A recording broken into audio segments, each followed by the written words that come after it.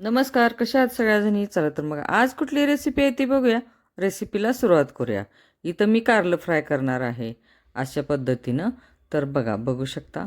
ज्यांनी शुगर आहे ना त्यांनी तर आवर्जून खावं. तर चला रेसिपीला सुरुवात करायची आहे. तर इथं 2 मी कारले स्वच्छ धुवून घेतलेले आहेत, कट करून घेतलेले आहेत. तर हे कारले जे आहेत ना, तर हे कारले मी अशा पद्धतीनं कट केलेले आहेत. चकत्यामध्ये असं कट करायचं आहे. गॅसकडे जायचं आहे, गॅस चालू करायचा आहे. गॅसवरती तवा ठेवायचा आहे. तवा गरम झाला की 1 चमचाभर तेल ओतायचं आहे आणि त्याच तेलामध्ये हे कारले ओतून घ्यायचे चिरलेले. तर हे आता आपण सगळे आलटून पलटून त्यामधलं पाणी सगळं सुकवून घ्यायचं आहे. तर हे अशा पद्धतीनं आपल्याला हे कारलं फ्राय करायचं आहे. आता सगळीकडे तव्यावरती आपल्याला कारलं पसरून घ्यायचं आहे आणि चमच्याने आपल्याला वरतून तेल ओतायचं आहे आणि चवीपुरतं मीठ पण टाकायचं आहे त्यावरती. तर हे सगळं कारलं आता आपल्याला एकत्र करून मिक्स करायचं आहे.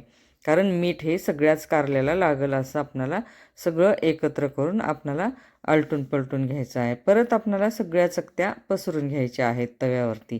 परत आपल्याला त्यावरती चिमूटभर हळद टाकायची आहे. परत आपल्याला 1 चमचाभर तेल टाकायचं आहे. असं करत करत आपल्याला हे कारलं फ्राय करायचं आहे. तर आता आपल्याला सगळे कारलं आणखीन एकत्र करायचं आहे. कारण हे सगळी हळद आपल्याला सगळ्या चकत्यांना लावून घ्यायची आहे. तर हे कारलं आपल्याला आता परत आपल्याला पसरून घ्यायचं आहे आणि असं फ्राय करायला पाहिजे. तर हे सगळं कारलं आता आपल्याला सगळ्या तव्यावरती पसरून घ्यायचं आहे. तर आता आणखीन वरून आपल्याला हे तेल पण घालायचं आहे. बघू शकता. सगळं आपण हळद लावली त्याला सगळ्या कारल्याला फ्राय केलेलं आहे. सगळं एकत्र करून मिक्स करून घेतलेलं आहे. आता सगळ्या तव्यावरती आपल्याला कारलं पसरून घेतलेलं आहे आणि 1 चमचाभर तेल ओतलेलं आहे. तर हे कारलं बघा हे अशा पद्धतीनं फ्राय होणार आहे. तर हे आता खालची बाजू सगळ्या कारल्याची वरती करायची आणि वरचं कारलं जे आहे ना तर ते खाली करायचं आणि आपल्याला हे खरपूस असं मस्त भाजून घ्यायचं आहे. तर आता काय करायचं आहे आता आपल्याला ह्यामध्ये कारण कारलं हे कडू असतं ना, ज्यांना कडू नाही आवडत ना तर त्यांनी ह्या कारल्यावरती आपल्याला लिंबू पिळायचा आहे. हे बघा असा लिंबू पिळायचा.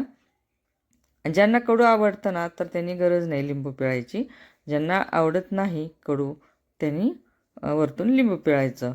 तर हे अशा पद्धतीने मी लिंबू पिळलेला आहे. कारण आता परत आपल्याला आणखीन ह्या कारल्याला सगळं एकत्र करायचं आहे. सगळ्या मधल्या बिया पडलेल्या आहेत ना तर त्या मी बिया पण काढून घेणार आहे. कारण सगळं मग ते लिंबाचा आंबटपणा जे आहे ना सगळ्या चकत्याला लावून घ्यायचं आहे. तर हे अशा पद्धतीनं आलटून पलटून घ्यायचं आहे कारलं. तर बघू शकता झालेलं आहे आपलं हे. कारण कारल्यामधले ती लिंबाचे बिया आहेत ना त्या काढून घेते आणि आता आपल्याला हे सगळं झालेलं आहे. मिक्स करून घ्यायचं आहे. आता ते काढून घ्यायचं आहे. कसं झालं का नाही ते मला कमेंटमध्ये सांगा. शेअर करा, सबस्क्राईब करा. सबस्क्राईब करायला अजिबात विसरू नका.